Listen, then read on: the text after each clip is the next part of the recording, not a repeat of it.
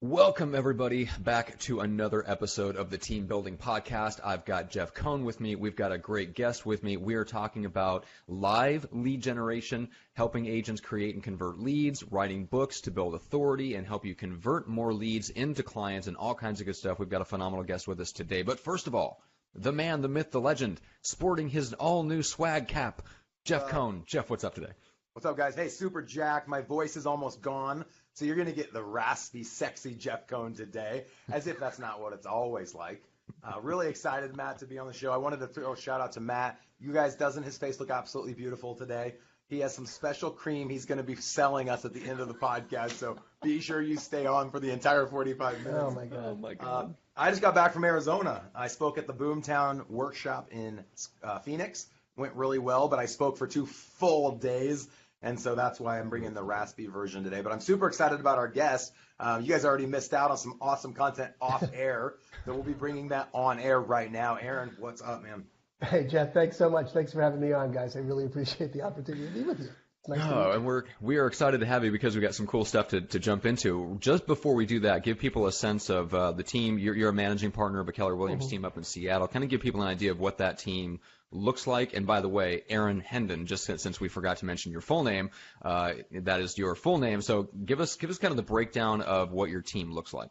Let's see. We got 8 agents, and some of the newer agents, they're showing agents, and they're out hustling for their own deals.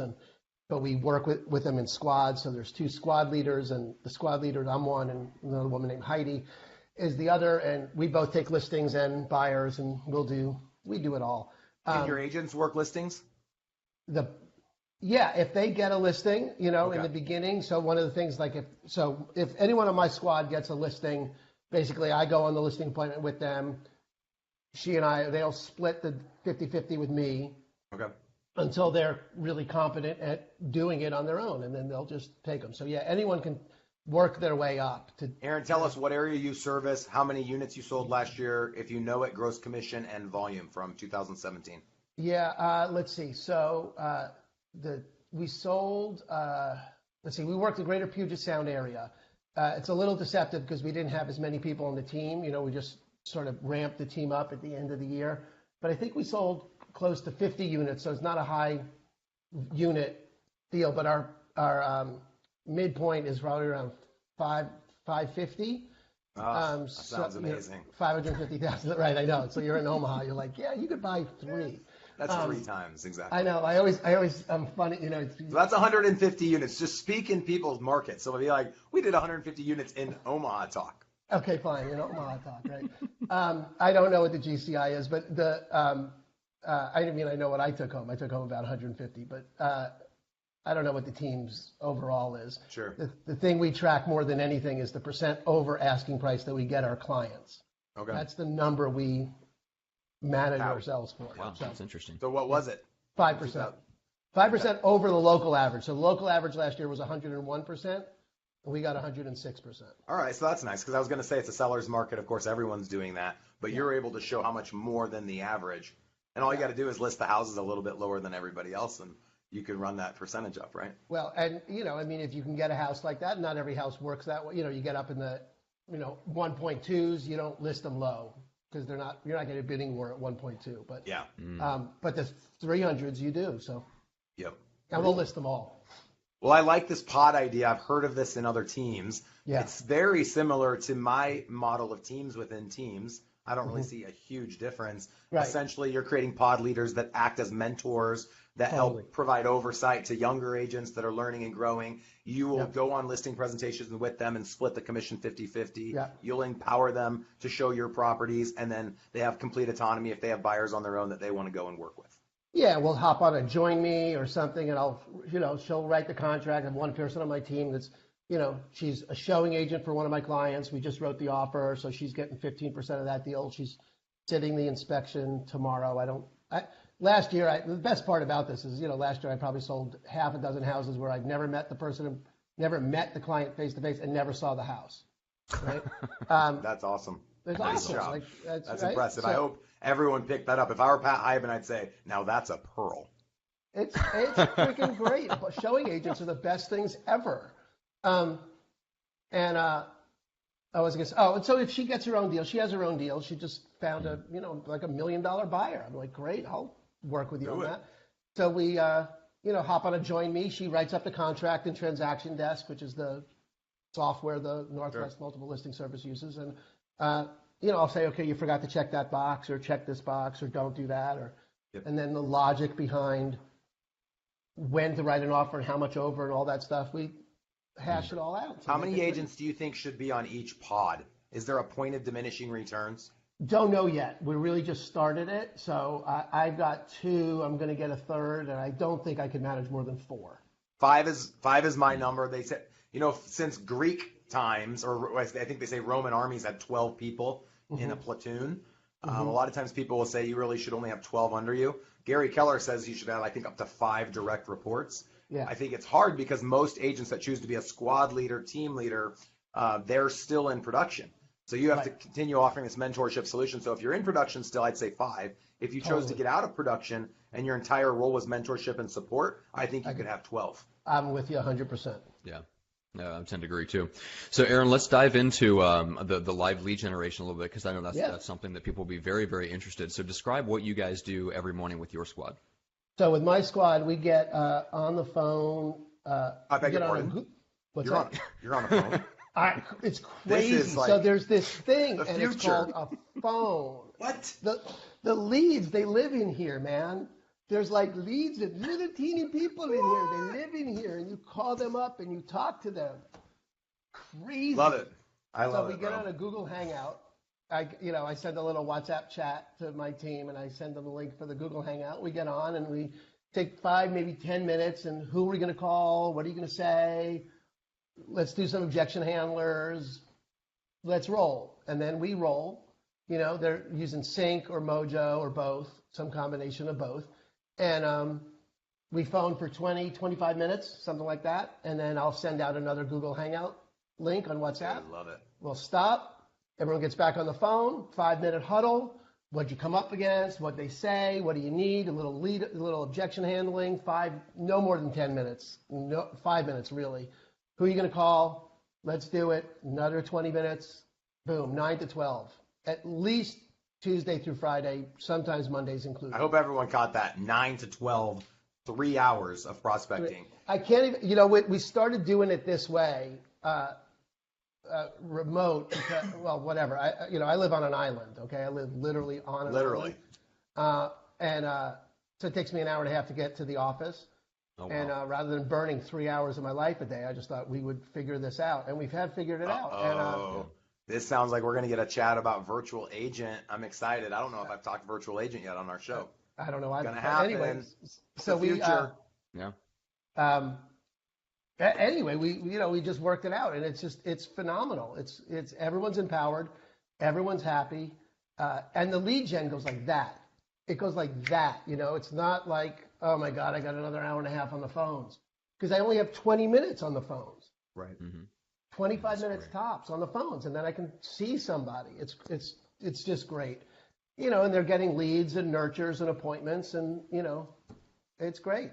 I love it. So let me ask you this: what is your most veteran agent that's on within your pod? Because I could see this being a great solution for newer agents that are needing that support, and right. I can tell you're adding a lot of structure. You're helping offset the scary, fearful mentality that a lot of agents have. What happens when an agent's like, hey, Aaron, I'm good. I understand how to overcome the objections. Just let me make 3 hours of calls and stay away. Is that an option? It would be, it hasn't happened yet. So like I said, the 2 agents that I'm working with now are all much newer agents, 3-4 months in the biz. And so it hasn't happened. And all right, so I'm not some wizened old, I've been doing it for 5 years, and I wouldn't do it on my own. I wouldn't want 3 hours without talking to someone. That's insane. It just seems crazy. So I'll share with Omaha's Elite, in the beginning, we had call blitzes every day. Mm-hmm. And the idea was everyone would come together, and we picked the time, and it was always different, maybe 11, maybe 6 at night, it didn't matter. Mm-hmm. But the whole focus was, let's come together in a room, let's have a conversation about what we're about to do. We might have all gone and Snapchatted or Facebook message or made outbound calls, but we all did the same thing, and then we'd report back in 1 hour, everyone would share their success. We'd go back out another hour, report back after that hour was done. So very similar model. What I love that you shared, and I agree with it 100%, is why bring people in physically? Let's just allow them to make their outbound calls from home, which is where most agents feel comfortable doing it, and come together via WhatsApp or Zoom or Google Hangout. It doesn't matter. And that's kind of the virtual solution. A lot of people are moving away from the brick and mortar office, or at least the expectation or requirement that someone has to come to a brick and mortar office. And I think you're probably the first team that I've heard of that still meets every single day, but just does it virtually. I think that's awesome. Good job. Yeah, it's totally fun. And we get together. So there's a team meeting that we're, on Thursdays. I come in I go in a lot because there's not that much business on my island. So a lot of my business is off island, but I go into the office at least one day a week for that team meeting. And that's a requirement of the team to actually physically be there. But that's cool. You should. Right. Yeah. Cool. Love it. Yeah, man, it's fun. Yeah, this is awesome. So I know there's a lot of team leaders that I think can learn a lot from this. And yeah, Aaron, you're right. I mean, I don't care how long I was in the business, I would still rather have the option of diving onto a Google Hangout every half hour or so just to break it up. And I mean, it's very, what is that, the Pomodoro? Exactly technique? what it is. That's exactly what it is? That's Yeah, where we got it perfect. from. Okay. So let's dive into the book and lead conversion and all that stuff. So the book is Shortchanged by Shortcuts, and this is the tagline is 44 surprising ways people rip themselves off when buying or selling their home. First of all, great tagline, by the way. I love the specific number and rip themselves off. It's great language, very Dan Kennedy-esque with the exact 44 number. So anyway, the point of this being this is kind of worked into your kind of plan to build your authority, generate speaking engagements, help grease the wheels for your listing prospects to make it easier for you to convert, prospects into clients. So tell us a little bit about that process of getting the book out, and then how do you plan to work it into your lead conversion process? Sure. So yeah, I mean, I started, like I say, this is the third iteration of the same idea, right? Which is to really help people understand the underpinnings of what goes into a real estate transaction. And I come from an educational perspective, and before real estate, that's my view of life, is how can I educate people? And that thing I said about our team not knowing the GCI but knowing the 5% over, it always amazed me that whenever went out on a listing appointment, no one would ever ask me, how much over asking price do you get? No customer ever I was like, this is insane. It wasn't the criteria. The question was, what's your commission? That's like insane. That's like the most ask. backwards thing ever. You want to get the most money in the least time, but you don't ask anybody how much over you're going to hire as a Redfin agent that sells for 98% and lose 4%. That's backwards. That's insane. So it made me crazy. So I've literally been writing the same book now for 5 years, and now it just got really big. And I really did write 100% because it just made me crazy. And then it is the Dan Kennedy 100% title, and I used all that technology. It's been 2 months. So if you're writing a book, I don't think you can really expect money to flow in the gates the moment you write it. And I didn't write it to make money selling the actual book. I made money. Right. I wrote the book because it's a $5.50 business card that I can send to people. Yeah. And I know Matt, and I know a lot of people that have written books, and no one's writing these books to make money. Most people see it as a loss leader, but it qualifies you as an expert or a professional. Right. If you're ever on stage or on a podcast, obviously you can talk about it and push people to Amazon. So how does someone buy your book, Aaron? You can go to Amazon, Jeff. Oh, it's on awesome. Amazon.com. It's a bookstore online. It's crazy. And then they need to search it. What's the title again? In there. You can do it. Now wait. Can I go into an Amazon Ghost store and just grab your book and walk out? I don't even know what an Amazon Ghost store is, and I'm in Seattle. It's happening. It's the future. Oh man. Okay. So Aaron, at one point in the process, when you're talking to a prospective listing client, at what point do you get this $5.50 business card into their hands? Well, I've been practicing different moments. So, like on Sunday, I was watching the Grammys, and I thought, I think I just fired up Mojo and found the 5 nicest, newest expireds that I could see, and just sent them the book from Amazon, cold mailing them the book. So we'll see. Oh wow. We'll just see. They're on my list today because they got the book. How about the cold call? let's listen to that. Will you do a cold call with me of what you would say? If you got the book? Yeah. Okay, great. Because you're going to follow up with a phone call, right? Totally, right? And I Yeah. literally, this happened Sunday, so I haven't made the call yet. Hello.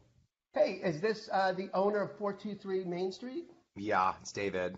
Hi, David. My name's Aaron Hendon. Did I catch you at a bad time? No, it's a great time. All right, good. David, I noticed that your home was no longer listed on the market, and I went ahead and sent you a copy of my new book to help you get that sold. Oh, you're Did that you get guy. the book? Yeah, 57 ways I'm getting ripped off by Redfin agents. Yeah, that's close to the title, and that was sort of the point of the book. I'm glad you got it. I'm sure you haven't had a chance to read it yet. I actually did read a little bit of it, like probably the first 2 or 3 parts. Great. Do you have any questions about that? I mean, what did you think? I was surprised that you would send me a free book. Thank you. We're not listing Well, you're again. welcome. It was the worst experience we've ever had. I am sure. I am sure. Why do you think the house didn't sell? So we can pause there. So that's essentially your lead into it is, hey, I sent you the book. Did you read it? You had some assumptions there. Like, I don't suppose you've read it yet. And is this a good time to talk? I never ask that question because I don't care. Right. And if they say no, it's not, then I'm fearful that they'll want to exit the call. So I just don't even give them that. But I love the idea of sending them that. We've used that strategy a lot in the past where we send them some type of like a market analysis or a guide to selling their property in 7 days, like you said, for the least amount of money, least amount of hassle. And then call them and say, hey, did you get the thing I sent you? And I think a lot of people just want to start off with the phone call and they're not putting anything into it. So I think that mailing strategy is great. We were listing 1 out of every 100 mailers. So we'd send out about 100 pieces, call those 100 people 3 or 4 times, and one of them would end up being listed by us. Totally worth it. And even at $6 a pop, which is what it cost me to send it through Amazon, if it cost me $600 to get $1 million listing, I'll do that all freaking day long. ROI. ROI. All I did was literally watching the Grammys with my kid. I was like, oh, here's an idea. So that's one thing. And now, obviously, I sent out 5, so there's no ROI yet. Right.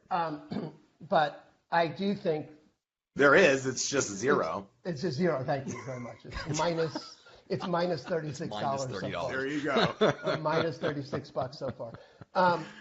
And then the other thing that I do, so when I do FSBO previews, I call the FSBOs and hey, can I, I have an off-market property list. Can I check it out and see if this is a home I want to put on my list?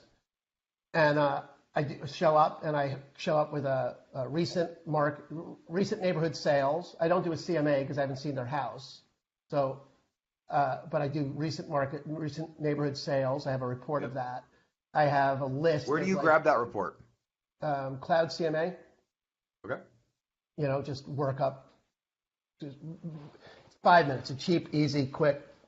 In sub, same style, last 6 months. Totally, exactly right. Simple. Exactly right. Okay. So you do it yourself or have an admin do that for you? I do it myself right now. Until I get the thing streamlined and I know what works, I do that stuff myself. Yep. And then I show up. I have like a little pamphlet of ways that we can help a for sale by owner. We'll do a free lockbox if you want. We'll hold an open house. We'll put a sign in your yard, whatever do you want? Very cool. Avail yourself of any of those things. Some creative marketing ideas, and then we have some. Hey, if you get tired of selling it on your own, we have some guaranteed sales programs that might be of interest to you. And I leave them that, and then I leave them a copy of my book, and I say, listen, I wrote this book. It was a #1 new release on Amazon, and I think this might help you. And here's our stack of stuff, and I think I will put this on our list. And then it's just follow up, follow up. So in the last month, really, I started December 19th really doing this because I finally got the books in my hand. And I've listed one $740,000 property out of the first 30 books. That method, right? That's great. We held an open house for him. And then he said, well, why do you think my house is not selling? And I said, well, because you're $120,000 overpriced. $120,000 overpriced. And he said, okay, go ahead, relist it. And we relisted it, and we're now 5 days on market. Hey, you wrote the book. You're the expert, right? Exactly right. That's what I said. I said, look, this is at least $120,000 overpriced. Yeah. Yeah, and then I'm assuming it is effectively your pre-listing package or part of like a shock and awe type package for any type of listing appointment, right? That you would set through other means. Yes. Yeah. Yeah, and then I also have I send people a bomb with our actual listing packet, our marketing stuff. Before I go meet them, they get a bomb from me with a downloadable version of our listing packet. Oh, interesting. I like that idea. Very cool. So we're streaming live right now to Facebook. If anyone has any questions for Aaron, don't hesitate. Feel free to post those up anytime throughout the entire podcast. And then the other thing that I do in this mix of nurturing people is I have developing some send-out cards that I send to people too about various things to do. So it just what's the strategy there with send-out cards? Well, just in between calls and emails and stuff, it's just another touch because they're probably going to be on the market for. I don't. Look, they're a FSBO. In Seattle, frankly, there's a decent chance they can, in fact, sell it themselves and save money by selling it themselves. What else am I going to say? I can't lie to them about it. You have a house here that you really are going to be able to sell yourself, and you're not going to need me. Do you want me to just run I'll do for 1.5%. I'll just take I'll take the contract and make sure it's legit and handle it from contract to close if you want. But you got a great house here. So somewhere in there, if they're not sold in the first 4 weeks, they really do need help. Yeah. Because in Seattle, you should be able to put a paper box on the street and sell it over asking. Right now.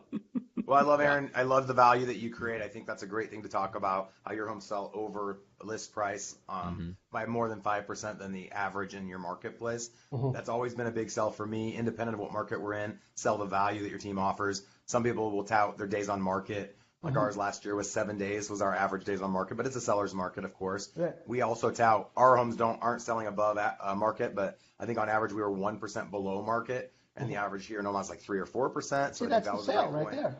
And most people are going to ask about commission. It's the wrong question. You don't ask what someone charges. You ask what's the net going to be at the end. But most people don't know how to have a business conversation, and it's our responsibility to teach them about the business conversation they should be having with us. But for whatever reason, society has created this expectation that the only conversation should be around commission because they don't see the difference in value that one agent offers over another. So anyone listening, create a presentation. We use an iBook to do this through iBooks Author, a tablet, an iPro. It's a 12.5-inch screen. We train all of our agents just to go through a simple 15-minute presentation, and then that essentially qualifies us for charging them. We charge 7% in our market and keep 60% of the 7. So our listings pay out 4.2%. But the challenge is obviously building that value up. So you have to do that in a presentation form is our recommendation. So that's killer. I love that.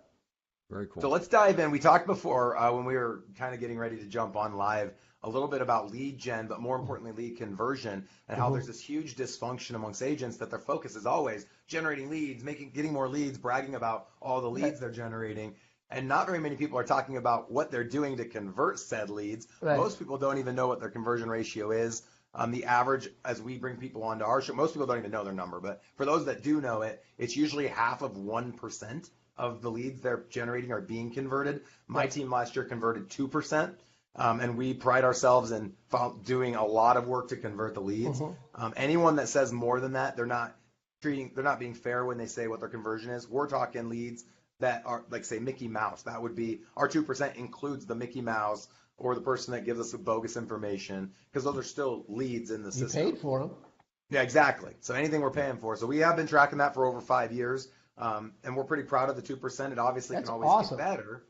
But let's talk a little bit more about strategies, and we've already brought up some ideas that agents could take away from this podcast to do a better job at converting not only internet leads they generate, but leads that they've generated through their outbound prospecting strategies and or the best lead source, which is our sphere of influence. So I'm curious, let's start with sphere. Everyone has sphere. Everyone says it's so great. What are things that you're doing to engage with your sphere to build value and help them know that you guys would love their referrals and or you'd love their business when they're ready to buy or sell a house? Well, a couple of things. One is Facebook. So I love Facebook. I don't know about my daughter. She's 14. She's like, that's an old person's thing. I was like, that's fine. That's good. That's where the money is. Right? I don't just makes you want to throw up. Whatever. Right? So much of what my kid does makes you want to throw up. She's a rock star, though. She's a freaking rock star. And you talked about doing Snapchat. Instagram story. I You can hire somebody. So anyone listening, quit listening to Aaron. He's talking like an old guy. Look at him. I'm an old guy. I'm bald too, but I'm not that old. Okay. So anything you post to Facebook, you can have it syndicate to all these other sites. Really? Just because you can doesn't mean you should. Okay, cool. No, you shouldn't, because you should communicate a different way. But at the very least, you should have that online presence in those other areas. Right. But the challenge is, your demographic, your sphere, is probably a different age than your daughter's demographic. Completely. That's why I don't care what my daughter says. Because the challenge becomes this. Your agents' spheres may be 30-year-olds or 20-year-olds. And so as a leader, as we offer value to retain, train, and recruit the agents within our organization, we need to help empower them with the ability to engage with their leads and their sphere of influence in the way that we know they like to communicate. So if you aren't thinking on this level, for all those listening that want to build a team and attract agents, you're going to attract people just like you in your age demographic, and I think you're missing out on a huge opportunity. And so we've become very cognizant. I have a group that meets every month that consists of 18 to 23-year-olds. It's like a board of directors, non-licensed agents, simply to discuss constantly what's the future. And that's why I kept saying it on this call or this podcast as a joke. But we're talking about like what's going to happen in 3 years, 5 years, 10 years. If you haven't noticed, go to a restaurant in the waiting area and just put your phone away and watch people. 90% will be on their phones. They'll be on a date looking at their phones. Everyone is on their phone. So what are they on? Look at I'm totally creeper. I look at their screens. Most people are on Snapchat. Most of the people, the younger crowd especially, they're on a Snap, they're on Insta, Facebook a little bit. They're not working. They're not checking email. No. And that's what I'm doing. If I'm ever on my phone, I'm like getting caught up. Facebook Messenger or email, Yeah, exactly. I'm responding to people, or I'm in my email. I'm not wasting time putting googly eyes on myself. I mean, maybe sometimes, but I try not to do that very often. But this new generation, their world is online. And this is why we have created a place for those types of agents that engage with that type of list. And we're calling it virtual agent. And we're giving millennials and Z-Gens the ability to never step foot in a physical office space, but still be on my team, still be able to sell under the team umbrella. And they're still getting all the same training, accountability, support, back office, access to our entire drive. And that's the future of any broker owner or team leader that wants to last over the next 10 years. You need to have a virtual agent option for this new wave of agent that's going to be popping up over the next couple of years. So we're preparing. That's killer. Yeah. So interesting. Yeah, I really should pay more attention, because all my daughter does, she doesn't phone anybody. And, she's 14, but that is still where people are at. They're just communicating straight up on Snapchat. But Jeff, I think you have it right. I mean, here's the deal. You yourself as the agent, you don't have to be the expert in this. You don't have to be the one that spends all of your time tinkering on Snapchat. Now, if you enjoy it, that's one thing. If you're a tinkerer and you're an early adopter by nature anyway, by all means, early adopt and tinker. But, I mean, if you're trying to build a real business, I mean, the best thing you can do is just keep your eye out for who is the expert. Basically, just ask yourself, hey, who's the best in the world at this? Who's the best? Who's the best in the world right now at generating actual and converting real leads on Snapchat for Facebook? Go find them and have them do a webinar for your team. Love it. Yeah. My people, my sphere is on Facebook. Yeah. That's really where all my people hang out, and that's what I've gotten. I got a little system set up with Hootsuite, where and then I've subscribed to a couple of different. Like a Google Alerts and Pocket and Dave Asprey. No, that's the guy from. I don't know. So a couple of cool emails that I just get, so I could just do a wide variety of articles, and I make sure I post 2-3 interesting, not just real estate. I mean, Seattle real estate, but also one of my clients that's actually right now looking at a cabin 2 hours from here with one of my showing agents, said, thanks for posting that thing about almond milk. My daughter is lactose intolerant, and we tried it. And so just anything that I think is interesting, Seahawks stuff, just stuff, just things I think is fun, Harvard Business Review, things I think are interesting, constantly in my feed. So there's constantly activity, and Hootsuite lets me do it while I'm watching the Grammys, and I can just bang out 2 weeks worth of posts. Yeah, so you basically build it all in Hootsuite and then just schedule it from there. Just schedule it, and it just goes. And then I supplement that with anything else, that's happening, and the personal stuff, like pictures of my kids. If you look at my Facebook wall, it's all kids. It's all how much I love my wife. It's just, So just the blessings, fake stuff. blessings. That's good. We appreciate that. I just lie. Just the fake stuff. Fucking lie. All bullshit. Just get me the Are you business. even married? Just get me the business. That's right. I think the big thing is you're talking a lot, Aaron, about how you're doing it. I think for a lot of people on our podcast, it's the team building podcast. We need to be empowered as leaders to teach our people the best ways. And Matt brought up a great point. Find the expert in the industry. Find the person's Facebook either in your own market or nationally that you're impressed by and try to emulate a lot of the same things that they're posting. Totally. You can even, this is going to be a shocker, post the exact same thing. Good God. Share? You could post the same article. Share? Yeah, you could share it. You could share Oh it. my God. I know. That's So crazy. this doesn't just apply to social media engagement. This applies to all the systems that our teams have. So our dialing systems, you mentioned Mojo. We use Mojo as well. We use Vulcan 7 for next of kin expired FSBO data. We use Boomtown as our CRM and front website solution. We use viral marketing for sphere engagement through video blogging 2 times a month. And the list goes on and on. Dot Loop for teams, Rockerbox for lead conversion, 1,000 calls a day for outbound virtual assistants. And it's amazing because what I've found is one of the things that has made me so successful when people ask is doing the exact same thing Matt Johnson just said. I'm doing a great job at finding out what systems are working and what aren't by simply doing podcasts, bringing people on our show or listening to other people and finding out what's working, what's not. The onus is on us, and you would agree, Aaron, that we need to empower our agents by giving them the very best tools that are out there. And I think what's awesome for you as a leader is you're not only empowering them, you're using the systems, you're trying things out, you're sending the books, you're following up, and so you're doing what you're preaching, and I think that's awesome. So good job. Yeah, I mean, I just sent out the viral open report this morning to the team, and shot a little video. And here's how you, edit it so you just get you filtered and uploaded into Mojo, so you can call all the opens because they just switched to viral. Hey, so if someone wants to get in touch with you and give you a lead in your area, how do they get in touch with you? Well, you can email me or call me. So the phone. Don't Remember put the phone? phone? Do the email address. What's your email address? Snap me. I love it. I don't even know my Snapchat. I have Snapchat. What's your email? Aaron, Aaron, at candco.me. So CANDCO.me. Aaron is and we'll create a link too so people can get in touch with you. And then, of course, he has this amazing book. What was it again? The 44 ways people are getting ripped off when working with agents. So check that out. That might be something you could choose to send out as well to potential leads, expired, FSBO, whatever. Totally. I think that's a really cool strategy. And by the way, Jeff, it's good because it's not, that book doesn't promote me.